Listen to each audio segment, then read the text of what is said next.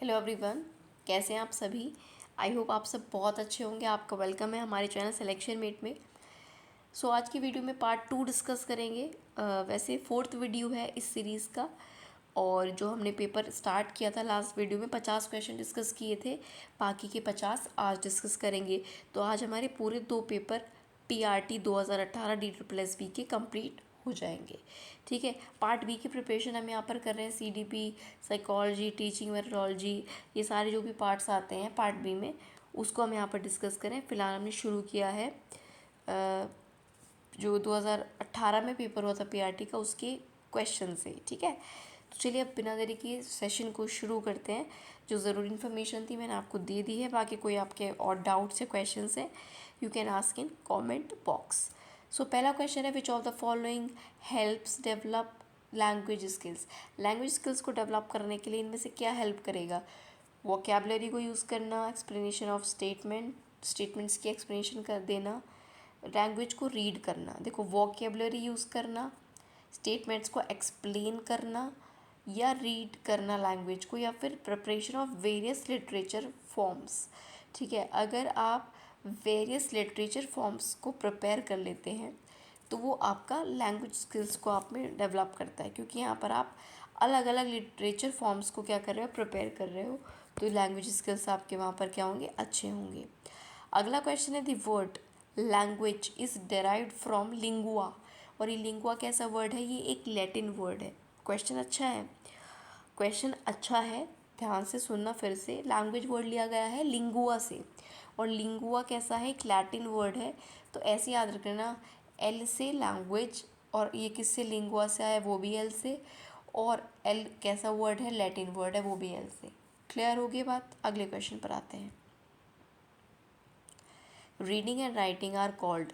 देखो, रीडिंग पढ़ना, राइटिंग लिखना, तो पढ़ना और लिखना ये दोनों लैंग्वेज स्किल्स में आते हैं। पढ़ना और लिखना किस में आते हैं, लैंग्वेज स्किल्स में आते हैं। अगला क्वेश्चन है, the acquisition of a second language begins with. ठीक है, पहली लैंग्वेज आपकी जो मदर टंग होती है वो होती है। सेकेंड लैंग्वेज को सीखना जो होता है वो कैसे शुरू होता है, तो वो शुरू होता है कॉम्प्रिहेंशन से।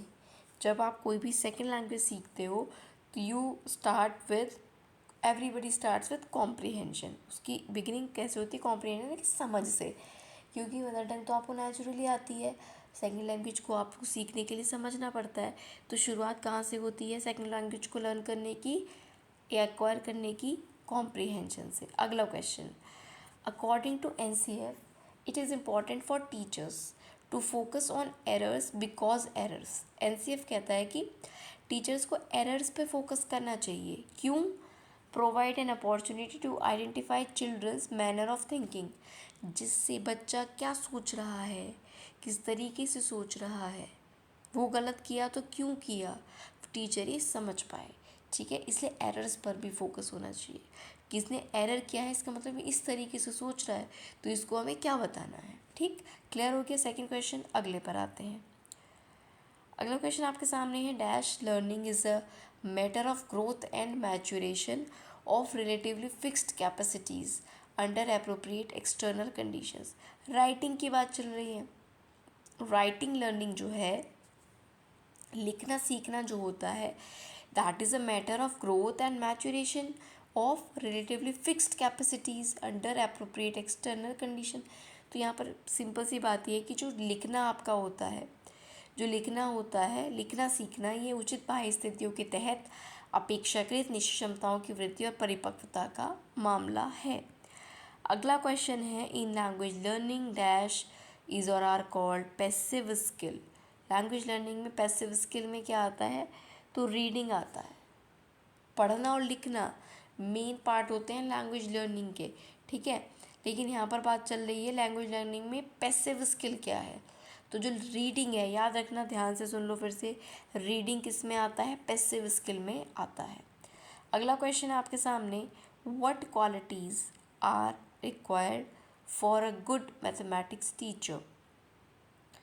तो भैया यहाँ पर ये क्वेश्चन आपका है सिंपल सा, कि एक अच्छे मैथमेटिक्स टीचर में क्या क्वालिटीज़ होनी चाहिए। Problem solving, decision making, creative thinking, critical thinking, presentation skill, critical thinking, knowledge understanding application. भाई ये यहाँ पर इन्होंने अलग ही ऑप्शन दिया, ऑप्शन जो सही किया है ये कहता है कि मैथमेटिक्स की एक अच्छे टीचर में 21st सेंचुरी के स्किल्स होने चाहिए, यानी कि पुराने स्किल्स से काम नहीं चलेगा, पुराने तरीक़ों से काम नहीं चलेगा। प्रेजेंट में एक अच्छा मैथमेटिक्स का टीचर होने के लिए जो आज के समय के स्किल्स है वो आपको आने चाहिए, सिंपल सी बात है। अगला question, from which level should students be taught mathematics.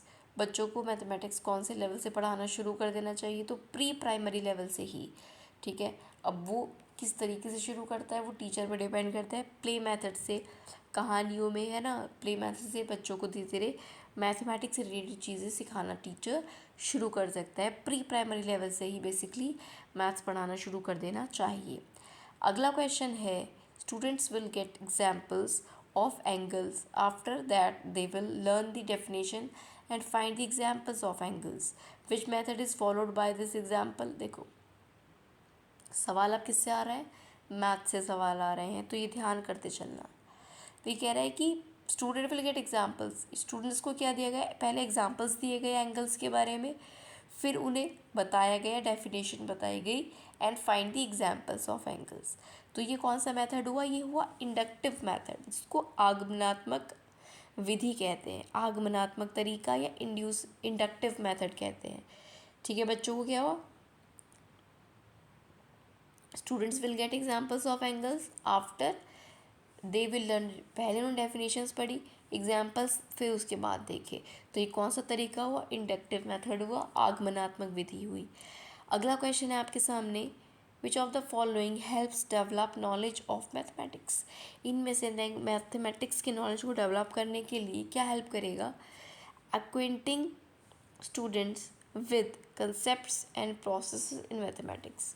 ठीक है, जब आप बच्चों को कंसेप्ट्स और प्रोसेस बताओगे मैथमेटिक्स के, ठीक है, तो बच्चों में डेवलप करेगा नॉलेज को मैथमेटिक्स की। गणित में अवधारणाओं और प्रक्रियाओं के साथ छात्रों को परिचित कराओगे। जब बच्चों को आप कंसेप्ट्स बताओगे, प्रोसेस बताओगे क्या है मैथमेटिक्स का, तो बच्चों में मैथमेटिक्स की नॉलेज डेवलप होगी। अगला क्वेश्चन है, how can we inculcate scientific temperament in students while teaching them mathematics.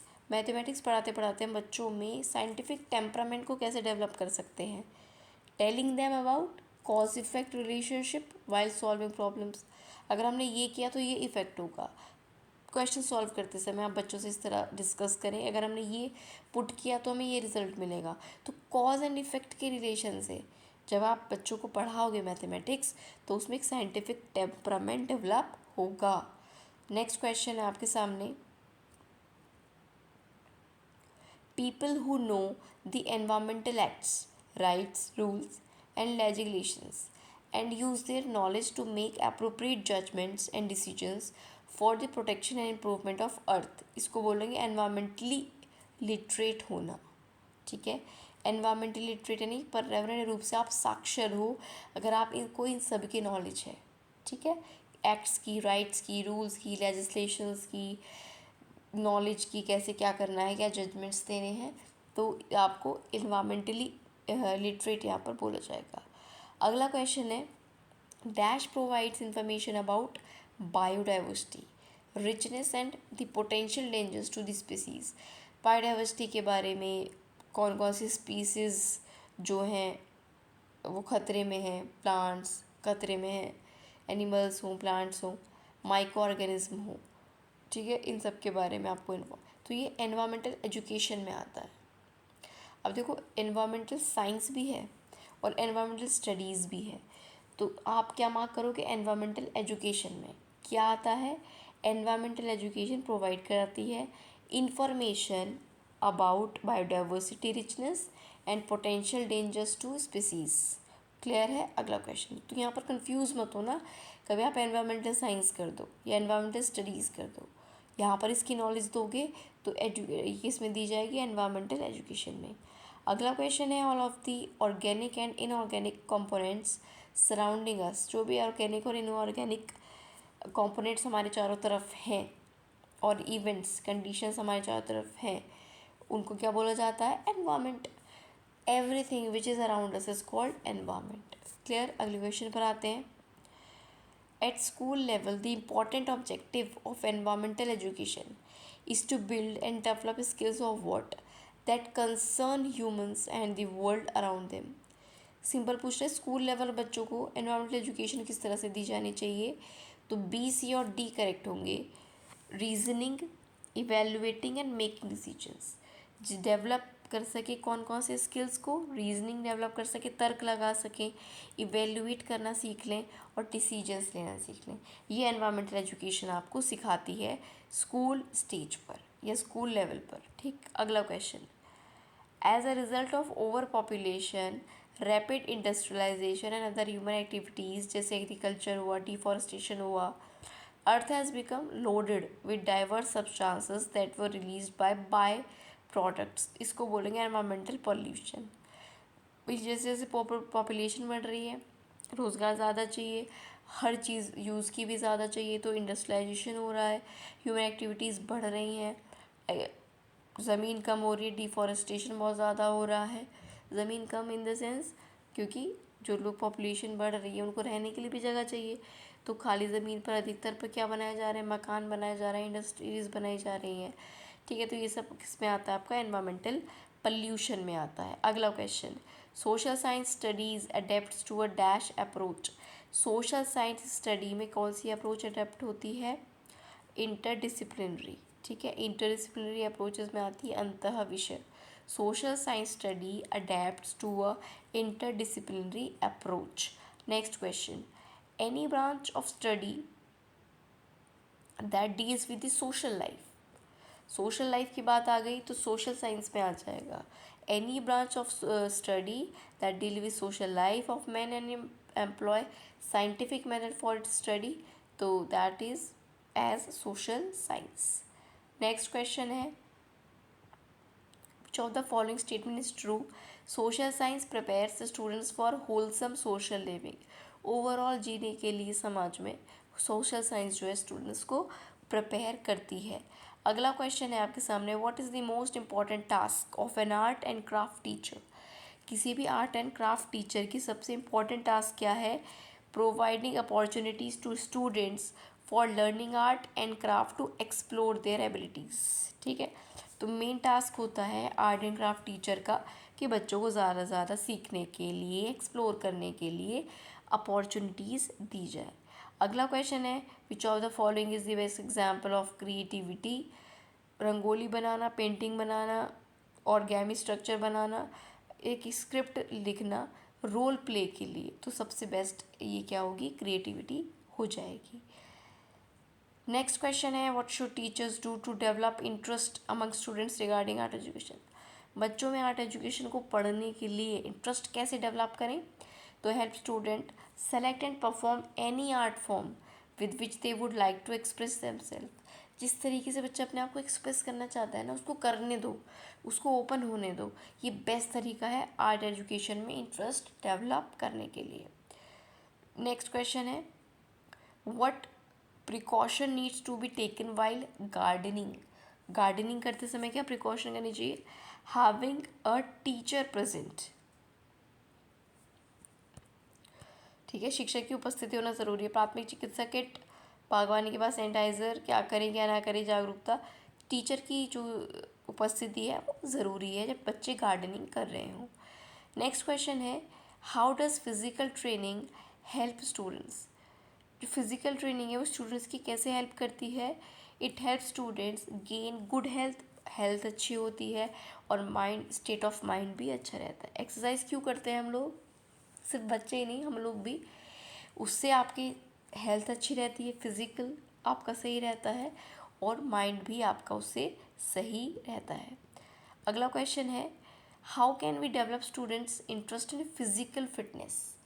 Physical fitness में बच्चों का इंटरेस्ट कैसे डेवलप करें, by taking them outside on play ground to play outdoor games. जब आप बच्चों को आउटडोर गेम्स खिलाओगे ना ग्राउंड में, तो उनमें अपने आप ही फिटनेस का कीड़ा जो है वो जाग जाएगा. ठीक है. Next question, according to Selman, undifferentiated perspective taking sets in which age group. तो 3 से 6 साल के बच्चों की यहाँ पर बात हो रही है, 3 to 6 ईयर्स. सेलमन के अकॉर्डिंग 3 to 6 ईयर्स की बात हो रही है, अनडिफ्रेंशिएटेड पर्सपेक्टिव जिसमें आ जाता है, ठीक है। यहाँ पर हिंदी में इसको एक बार पढ़ लेते हैं। तो सेलमैन के अकॉर्डिंग जो आपका 3 से 6 साल का बच्चा है उसमें अविभाजित परिप्रेक्ष्य लेना शुरू हो जाता है। अनडिफ्रेंशिएटेड पर्सपेक्टिव लेना कब शुरू कर देता है बच्चा? जब बच्चा 3 से 6 साल का होता है, अकॉर्डिंग टू सेलमैन। अगला क्वेश्चन है बुलिमिया नर्सोवाइज। तो बुलिमिया नर्सोवा एक ईटिंग डिसऑर्डर है, खाने का एक विकार है, ठीक है। It's a eating disorder, bulimia nervosa, याद रखना, ठीक। Next, according to Piaget, adolescents can predict about variables that might affect an outcome and this is called hypodeductive reasoning। जो Piaget कहते हैं कि जो adolescents होते हैं, किशोर होते हैं, वो प्रिडिक्ट कर सकते हैं वेरिएबल्स के बारे में जो कि अफेक्ट कर सकता है किसी भी रिजल्ट को, किसी भी आउटकम को। तो इसको बोलेंगे हाइपो डिडक्टिव रीजनिंग। क्या बोलेंगे? Hypo deductive reasoning. Next question है identifying with a particular gender by means of activities and interest among their other things is called sexual orientation, इसको बोलेंगे, ठीक है। जब आप गतिविधियों, रुचियों, इन सब के माध्यम से किसी विशेष लिंग के साथ अपनी पहचान स्थापित करते हो उसको सेक्सुअल ओरिएंटेशन कहा जाता है, ठीक है। Identify with a particular gender bye means of activities and interest among other, तो उसको सेक्सुअल ओरिएंटेशन कहा जाएगा। नेक्स्ट क्वेश्चन है which of the following is a trait in adolescents that hinders there decision making ability. तो उनकी जो abstract thinking है, सामान्य सोच है, एब्स्ट्रैक्ट थिंकिंग है एडोलसेंट्स की, वो उनको हिंट करती है उनके डिसीजंस को की जो मेकिंग एबिलिटी है उसको। तो किशोर अवस्था की एक ऐसी विशेषता जो किशोरों के निर्णय लेने की क्षमता में बाधा डाले वो उनकी है एब्स्ट्रैक्ट थिंकिंग। कभी यहाँ सोचा, कभी वहाँ सोचा, बहुत सारी सोच चल रही होती है एक अडल्ट के मन में। नेक्स्ट क्वेश्चन है according to Piaget which of the following is one of the distorted images of relations between self and peers in adolescent. तो जो इमेजिनरी ऑडियंस की बात यहाँ पर चल रही है, Piaget के according imaginary audience is one of the distorted image. जो इमेजिनरी ऑडियंस है, Piaget कहते हैं जो इमेजिनरी ऑडियंस है that is one of the distorted images of relations between खुद का और जो भी साथी है उसका, ठीक, एडोलसेंट में। नेक्स्ट क्वेश्चन है आपके सामने विच of the following is not suitable for location of a school place which has health hazards. किस लोकेशन स्कूल के लिए सुटेबल नहीं है? Out of city, near nature, away from pollution, ठीक है। तो ये आपका हो जाएगा